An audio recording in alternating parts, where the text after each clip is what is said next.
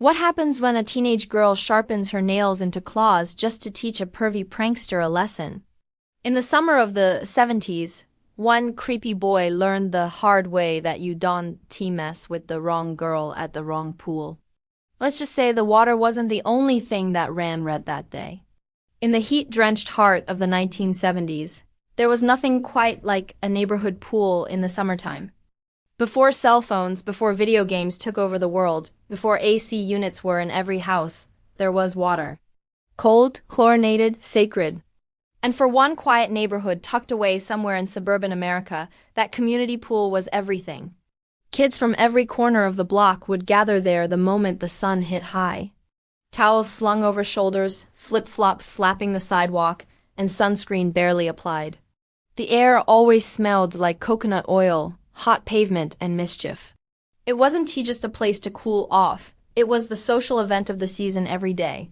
And in the middle of it all, a teenage girl with attitude, guts, and soon-to-be weaponized fingernails. That girl was my grandma. Back then, she wasn't anybody's grandma. She was just a tough, sharp-witted teen with a killer tan and a deep love for summer days. Every morning she'd throw on her favorite bikini, one she stitched herself by the way, because of course she did, and head down to the pool like it was her own personal runway. She had friends there, sure, but more importantly, she had presence.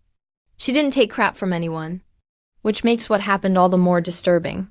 See, while most kids spent their time doing cannonballs or playing Marco Polo, there was one boy, let's call him Creep, who had a different hobby.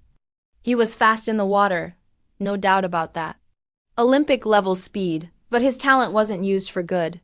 It was used for humiliation. Creep had this thing he did, a prank, he'd call it. Others had less friendly names for it. He'd swim up underwater silent, slick, like some perverted shark and untie girls' bikini tops. Just like that. One tug, and he'd be gone before they even realized what happened.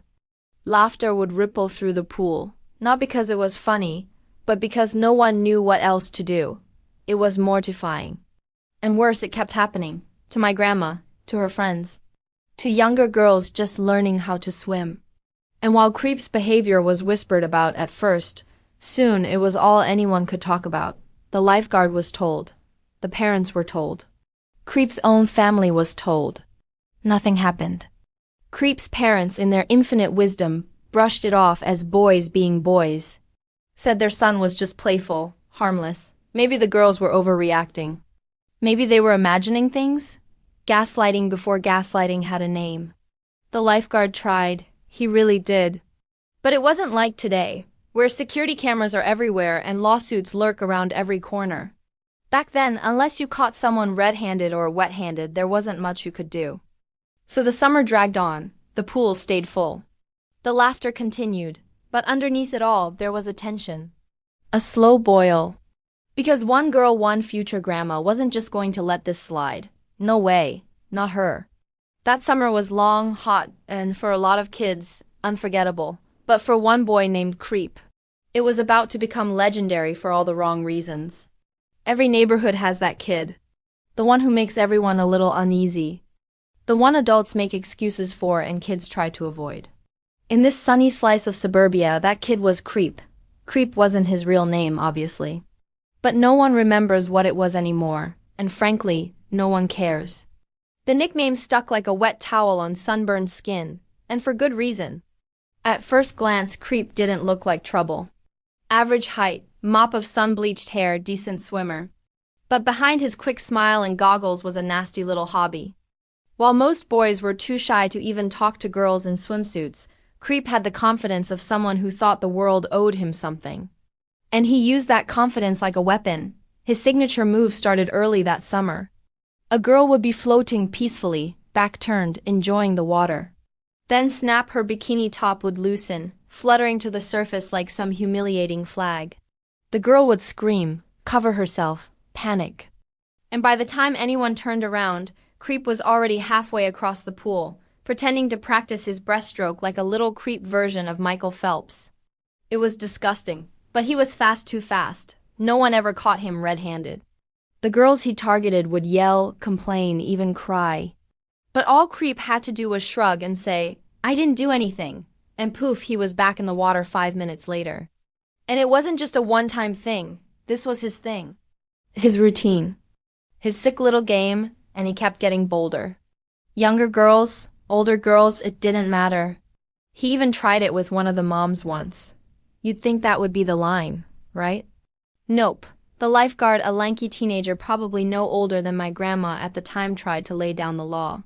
He confronted Creep, kicked him out a few times, even had talks with his parents. But here's the thing about Creep's parents. They weren't just in denial. They were enablers. The kind that think their kid can do no wrong, no matter how wrong he actually is. They'd march up to the pool office in a huff, waving their arms, yelling about false accusations and witch hunts. He's just a playful boy, they'd say. It's summer. Let the kids be kids. That line still makes my grandma snort to this day. Let the kids be kids. What kind of kid thinks undressing girls in public is fun? But again, it was the 70s. There were no cell phone videos, no hashtags. Just word of mouth, and unfortunately, that didn't carry enough weight when parents turned a blind eye. The lifeguard's hands were tied. He warned the Creep. He begged the parents. But Creep always came back, and with every return he got worse. Girls would huddle together, scared to swim alone. Everyone knew who was behind the prank, but no one could prove it. That pool, once the center of summer joy, started to feel like a trap. My grandma, she was done being scared. She wasn't going to just wait around for the next ambush. And she definitely wasn't going to let some creepy kid ruin her summer. But before she could plan anything, she watched it happen one last time. Her best friend, a sweet girl with a nervous laugh, had just gotten a brand new bikini. First time wearing it, she was so excited. The two of them were doing laps near the shallow end when Creep made his move. One moment they were talking. The next, her friend was screaming, clutching her chest, eyes wide with panic. Creep shot out from under the water, laughing. Not even trying to hide it anymore. That was it, something snapped. My grandma didn't say a word. She helped her friend out of the water, gave her a towel, sat her down. But inside, a fire was lit. She didn't cry. Didn't yell, she just stared at Creep, and he felt it. He looked back at her half smug, half confused. Like he knew she hated him, but he still thought he could get away with it. Again, he was wrong. Because what Creep didn't realize is that some girls aren't just going to take it. Some girls fight back, and my grandma, she wasn't just any girl. She was about to become a legend. After that last humiliating incident, the pool changed. Oh sure, the sun still shined, the water still sparkled, and the kids still showed up. But the energy, it shifted. You could feel it in the way girls clutched their bikini tops a little tighter. In the way laughter died quickly if Creep walked by. In the way even the boys started to look uncomfortable. Something was off. Something was wrong. Everyone knew it. Except, apparently, Creep's parents. The lifeguard had reached his limit. He wasn't exactly a beacon of authority. He was 17 tops, with a permanent sunburn and a whistle that barely worked. But he'd had enough. After that last prank, the one that left Grandma's best friend sobbing behind her towel, he made a final call to the Creep's house. He was calm, firm, and crystal clear. If it happened again, he'd go to the police. And you know what they did? Laughed. Creep's mom, according to the story Grandma tells, said something like, "It's not like he's hurting anyone. These girls are just dramatic." His dad added, "She probably just didn't tie it tight enough." That was the moment the adults failed. When the lifeguard hung up, all he could do was shake his head. He didn't have the authority to ban Creep from the pool permanently, not without real proof. And since the water was always murky with splashes and no one ever actually saw Creep untie anything, they couldn't make anything stick. So Creep came back. As smug as ever, swimming like nothing had happened. Still flashing that crooked boyish grin. Still daring someone to stop him. But my grandma wasn't waiting for someone else anymore. She didn't warn anyone. Didn't make some grand speech. No one knew what she was planning, not her friends, not her parents, not even the lifeguard. She just got quiet, still, focused, like a storm about to break. She spent that night in her bedroom, silent and alone. No music, no distractions, just her and her nails. Her nails were her pride, always strong, always long and never chipped. That night she filed them down to point-sharp, perfect little daggers. Each stroke of the file was deliberate, rhythmic, calculated. She wasn't playing dress-up. She was suiting up for battle. The next morning everything looked normal. Birds chirping. Kids laughing, towels slapping concrete. Creep back in the pool like nothing had happened. But Grandma? She had a different air about her, calm, collected, like she already knew how the day was going to end. She slid into the pool just like always, cool and unbothered. Except this time, she held her hands out of the water, fingers splayed, nails dry and razor sharp. It looked casual, but it wasn't. She wasn't swimming. She was bait. Waiting? She didn't need to see him to know he was watching. He always was, watching, hunting, waiting for a girl to let her guard down. What he didn't know was that the hunt had flipped. To everyone else, it was just another summer day. But to my grandma, it was game day. She'd sharpened her claws the night before meticulously, obsessively turning each nail into a perfect little weapon, not chipped, not brittle, just long, dry, and deadly. That morning she'd slipped into her bikini like armor, grabbed her towel like a sword, and walked down to the pool ready for war. She didn't tell anyone, not her best friend, not even her mom. This wasn't about creating a spectacle. This was about sending a message, one that would be carved into skin. The pool, as usual, was buzzing with life, kids cannonballing, radios blaring disco hits, the smell of sunscreen and wet concrete in the air. Creep was already there, flipping through his usual swim routines, chatting with a few clueless boys who hadn't yet figured out how vile he really was. Grandma took her time getting in the water. She waded in slowly, deliberately, every move choreographed, and most importantly, she never once let her hands get wet. While other kids were splashing around like they were trying to drown each other, she held her hands above the surface, fingers splayed like claws. She floated, drifted, occasionally flipped her hair to make it look casual. But the whole time, her eyes were scanning. Watching, waiting. She knew him too well by now. She could feel him before she even saw him. That slick underwater shadow, circling like a shark that thought it found another victim. He didn't suspect a thing. Not a thing. Creep had a pattern. He always attacked from the left. Came in low, tugged quick, and jetted off like a coward. My grandma was already turned that way, strategically, of course. The strings on her bikini were knotted loosely, just enough to tempt him. She wanted it to fall off. That was the trap. And just like that he bit. She felt it before she saw it, a gentle tug at her back. A flutter of fabric loosening. A rush of cool water as her top slipped down her chest. But instead of gasping or yelping or scrambling to cover herself, she lunged. He was just about to dart away when she whipped around, lightning fast, and brought both hands down with full force across his bare back. 10 nails, 10 claws. 10 deep, precise gashes. It was like watching a wild animal strike. No hesitation, no mercy. Her nails tore through his skin like it was paper. She didn't even scream, just hissed, quiet and furious, as her fingers raked through the water and found soft flesh. And then silence.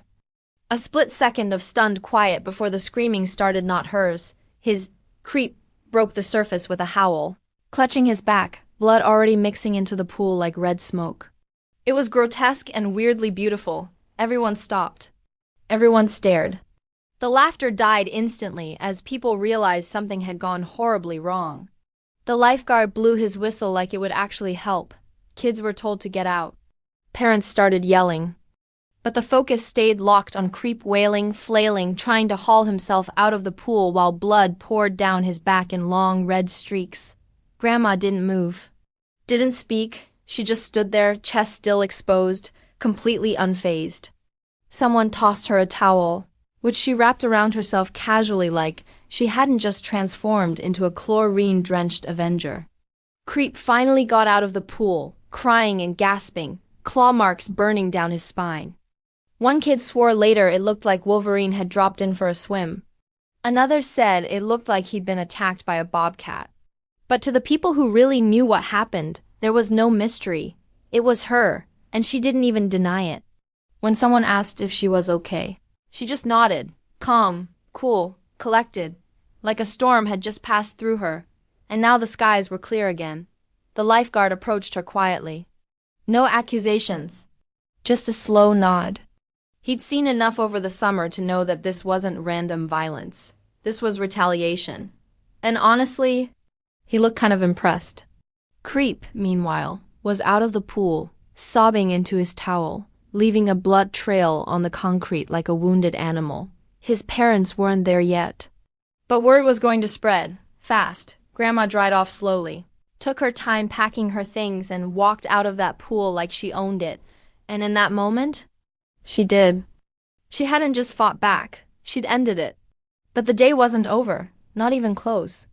Because later that afternoon, all hell was about to break loose, and this time, the parents would get involved. For the rest of the kids at the pool that day, it was chaos.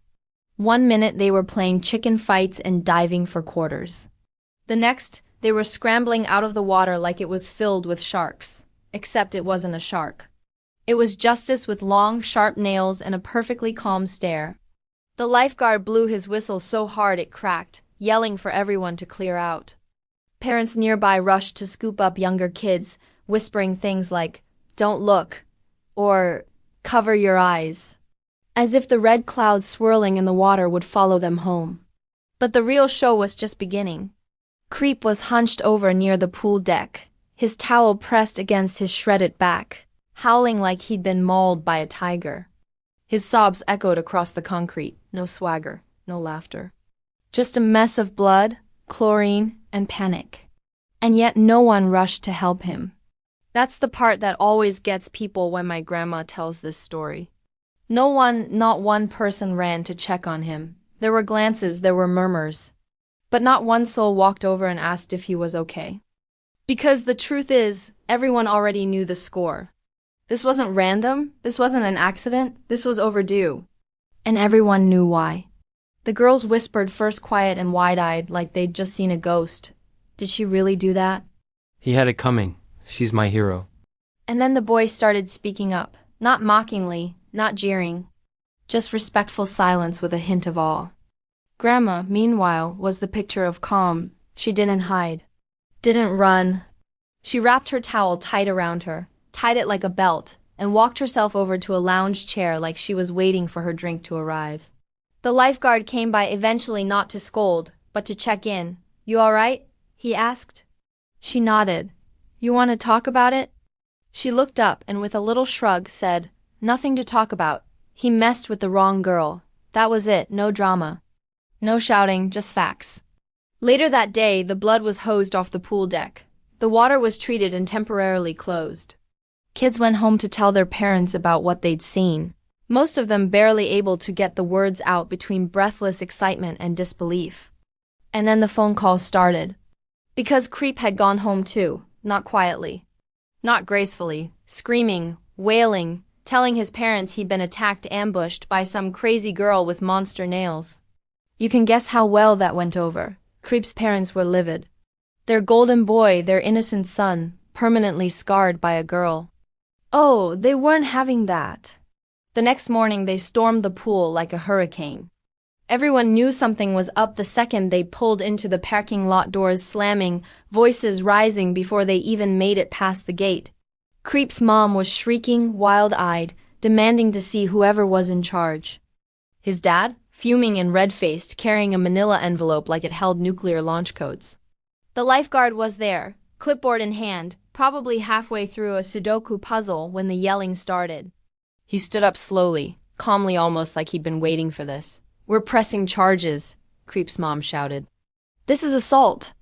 This girl attacked our son in the water." The lifeguard didn't flinch.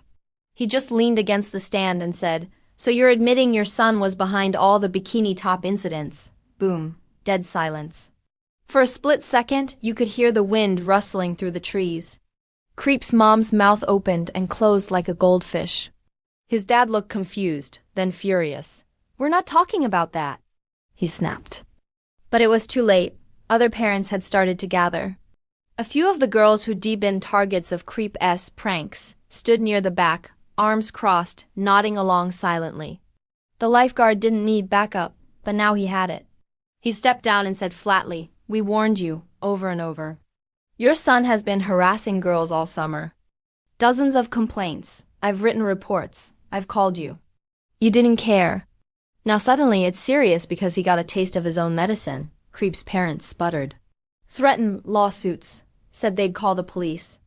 And that's when my great-grandmother stepped in. That's right, Grandma's mom. A lady you didn't mess with.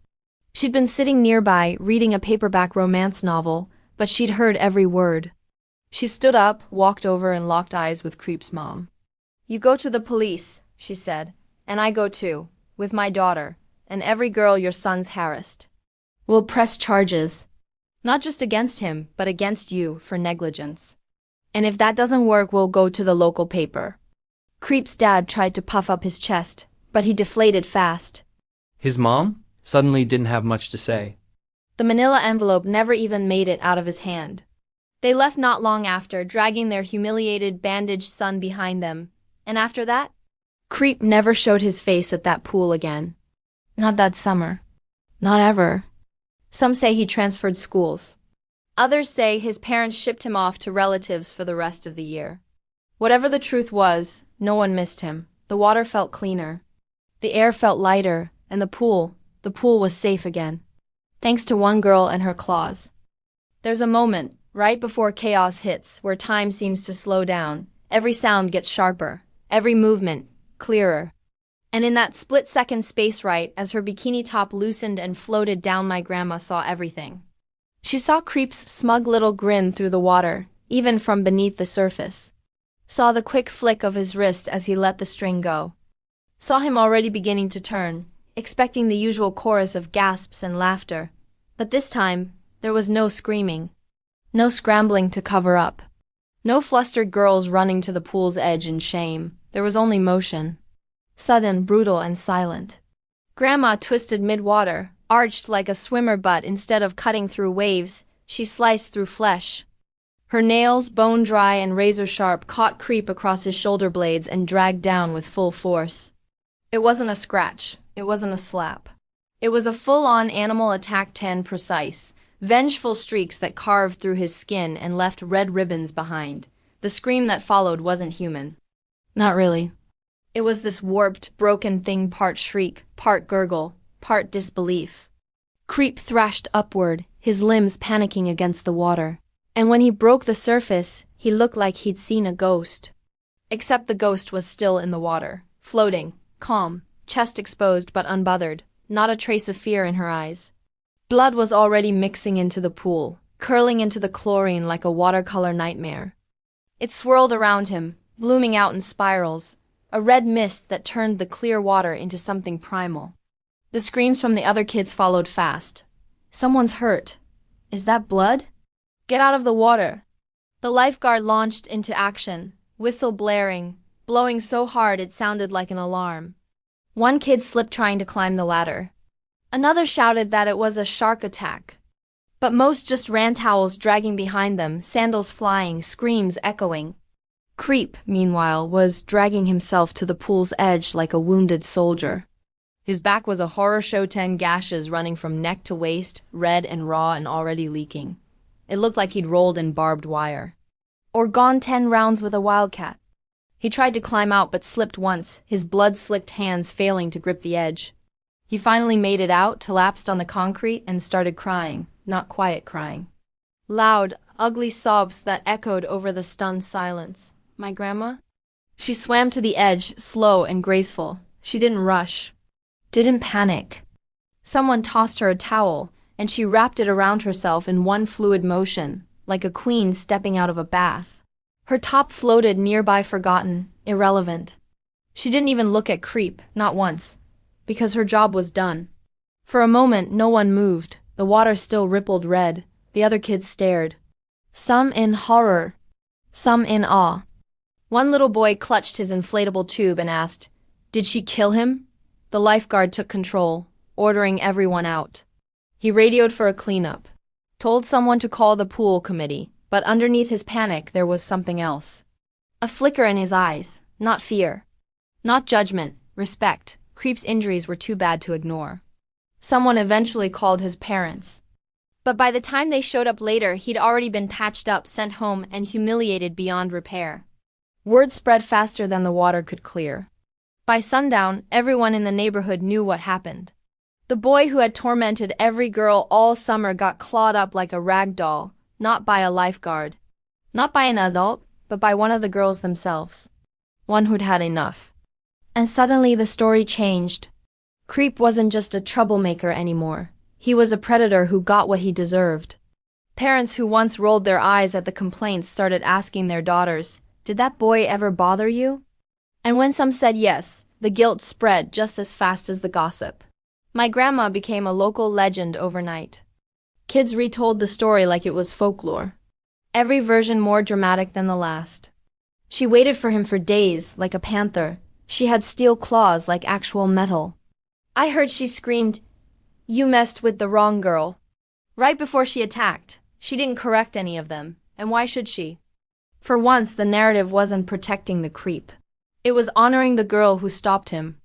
The pool stayed closed for 2 days while they cleaned the water and did safety checks. But when it reopened, everything felt different. Safer, lighter, the fear was gone. So was Creep. He didn't come back that summer.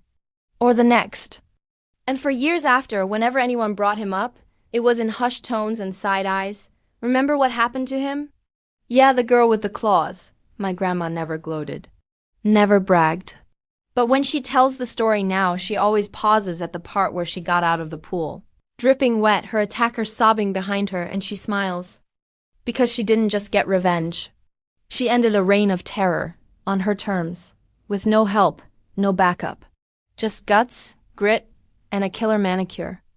The next morning, the pool looked like a ghost town. The water was still and perfectly clear, but no one dared dive in. Not yet. The smell of chlorine was stronger than usual, like they tried to scrub away the memory of what happened. But it lingered anyway. You can't clean away fear or satisfaction. Grandma didn't go to the pool that day. She didn't need to. Her work was done. Instead, she stayed home, lounging in her room, flipping through a magazine while her fingernails still perfectly pointed rested on her lap like little trophies. She knew the whispers had already started. Kids would be retelling the story, each adding their own flair. She leapt like a panther.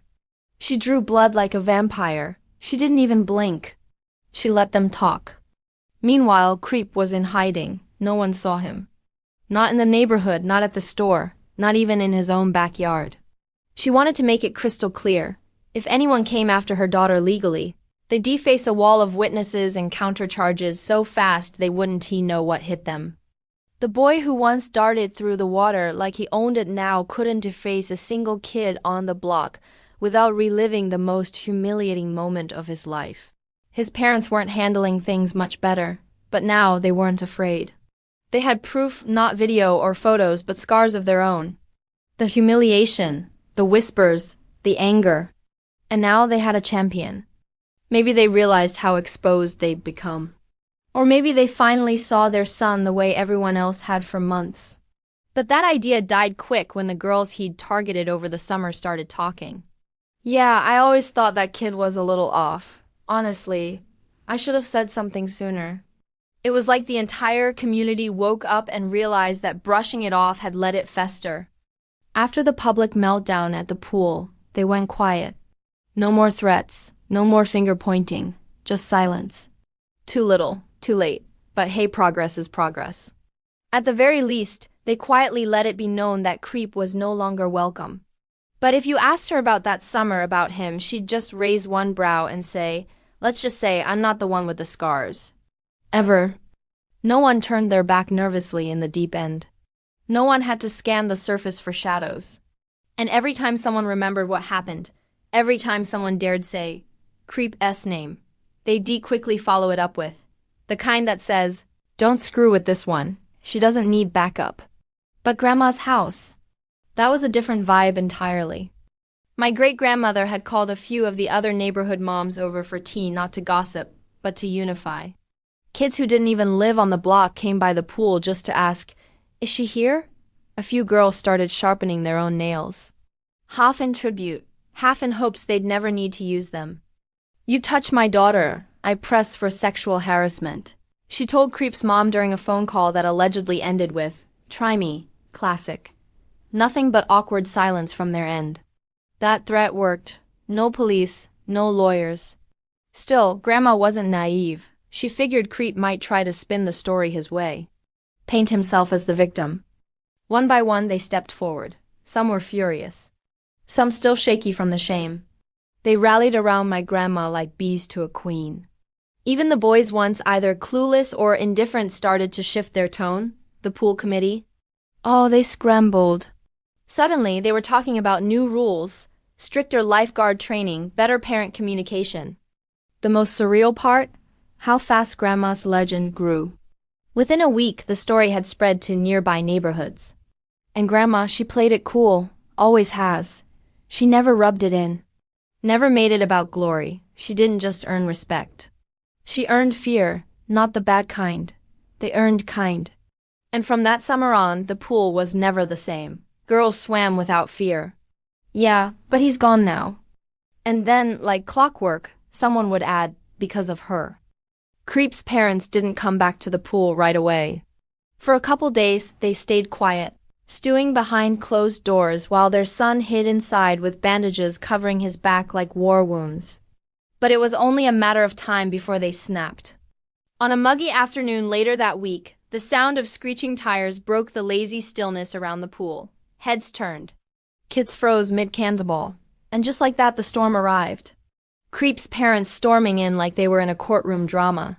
His mom was dressed like she was going to church, pearls and all, but her face was twisted with rage.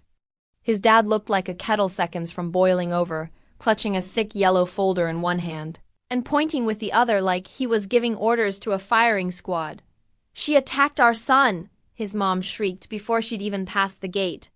She's dangerous, the dad shouted. We're pressing charges. It was loud, dramatic, and just plain ridiculous. Because they weren't shouting at the police or a judge. They were yelling at the teenage lifeguard, who was trying to stay calm while still applying sunscreen to his nose. The kids cleared a path. Parents stopped their poolside chats. It was like watching a bad soap opera live. Everyone knew what had happened. Everyone knew who the real victim had been. But here were the same parents who ignored every single warning, now pretending to be the ones who were wronged. Creep's mom started rattling off a list of injuries. Flesh wounds, permanent scarring, emotional trauma. His dad waved the folder like it held proof of a crime scene. We have witnesses, we have medical records. This girl needs to be punished. But the lifeguard just stood there, arms crossed, and let them finish their tantrum. When they finally paused for breath, he spoke, calm and deliberate. I warned you. You were told about your son's behavior multiple times. You laughed it off. Now you're here screaming because someone fought back? That shut them up temporarily. Before they could counter, another voice joined in. One stronger, sharper, cooler. Is there a problem here? It was my great-grandmother, hair perfectly set. Sundress pristine. She walked up slowly, sipping iced tea from a tall glass like this whole scene was an afternoon matinee. And behind her, my grandma, calm, unapologetic, looking every bit like the girl who clawed justice into a boy's back and would do it again if she had to. Creep's mom turned, furious. She nearly killed our son. Great-grandma didn't flinch. Your son sexually harassed multiple girls. We have plenty of witnesses. If you'd like, we can all go down to the police station together. I'll bring my daughter. You bring yours. Let's file some reports. Silence. Dead, thick, smothering silence. Creep's dad's face turned beet red. His mom's jaw tightened. They clearly hadn't expected to be challenged, certainly not by someone prepared to match fire with fire. Great-grandma stepped closer. Not threatening, just matter of fact. You file against us, we file against you. Civil court, criminal court, press, public embarrassment. All of it, and guess what? We're not the only ones. She gestured to the cluster of mothers standing nearby. Each one had a daughter who'd been a target. And each one had their arms crossed, watching like they were ready to testify today. Creep's parents looked around. For the first time, they saw the wall they were up against, not just one family. An entire neighborhood, outnumbered, outclassed, out of options. Creep's mom muttered something under her breath. His dad clutched the yellow folder, but didn't open it. just lowered it slowly, like he'd finally realized it was useless. And without another word, they turned around, walked out, drove off. That was the last time they were ever seen at the pool. No charges filed, no lawsuits, just silence. And Creep? He never came back. Not that summer, not ever. Word was he changed schools. Transferred to some private place across town. Disappeared from the social scene like a bad rumor everyone agreed to forget, except no one really forgot. Because you don't forget something like that. Not when it ends with the bad guy crawling out of the pool, bleeding, humiliated, and chased off by a girl he thought he could mess with. And not when that girl never once said sorry for what she did. Because she wasn't sorry. Not one bit. Years passed, the pool changed. Kids grew up, families moved out, the snack shack got a new roof, and eventually the disco music gave way to pop hits. But one thing never changed, the legend of the girl with the claws. It was retold every summer at barbecues, sleepovers, and late-night pool hangs. The names blurred, the details got wilder, but the core never changed. Even long after the water was cleared and the blood washed away, the story stuck around. The neighborhood did that for her. It was practically oral history at that point. Every new group of kids that rolled into the block learned the story like it was a local ghost tale. Except instead of fear, it inspired pride. She didn't wait for help. She didn't cry quietly in a corner. She sharpened her damn nails and went in swinging. One girl. One bikini, one creep, one unforgettable reckoning. My grandma didn't need to remind people of what happened. And what happens when someone finally says, no more. And fear, but the good kind. Girls grew up hearing about how one of their own didn't just survive harassment, she ended it. Some of them even joked about starting the Claw Club. A few actually did. Even the boys once blissfully ignorant or passive began to understand the weight of what went down. It taught them what happens when silence enables someone like Creep. Years later, when Grandma would sit around the backyard during a family cookout, drink in hand, grandkids at her feet, someone would inevitably say, as if she hadn't replayed it 100 times in her head, "Grandma, tell the pool story again." And she'd smirk. "Oh, that old thing?" Not smug, not cruel, just satisfaction. She never once said she regretted it. She never apologized for the scars she left behind. The only thing she ever admitted to feeling bad about? Kids would gasp like they were hearing it for the first time. A message that sank in deeper than the punchlines? She didn't fight back for attention. She didn't want revenge for show. She did it because no one else would, because adults failed. Systems failed. And she refused to let someone walk all over her, or anyone else ever again. As if she didn't love telling it, and then she'd dive in. Sometimes she'd add dramatic flair like describing her nails as diamond-tipped talons forged in fire. Other times, she'd keep it plain and let the silence carry the weight. Every time the story got a little sharper. A little funnier. She thought I'd scream, she'd say. But I didn't scream! I slashed! And the table would erupt in laughter. Someone would spit out their drink. Because even after all those years, it never stopped being iconic. Every time she told it, there was this glint in her eye. Probably should have filed my nails a little duller, she'd say. Might have hurt less. Cue the laughs again. If you love this legendary poolside takedown, drop a comment, share your own wild revenge story. And don't forget to subscribe and hit that bell. Justice is best served ... chlorinated. But underneath the humor, there was always this quiet strength. That kind of legacy doesn't fade. It echoes, and every girl who grew up hearing that story walked a little taller, talked a little louder, held their ground a little firmer. Because they knew someone like them had already faced the worst and clawed her way through it. So, yeah, The pool got a new paint job. The chairs were replaced. The lifeguards changed, but the legend lived on. And it still does. Revenge doesn't always need a speech, sometimes. It just needs sharp nails and perfect timing.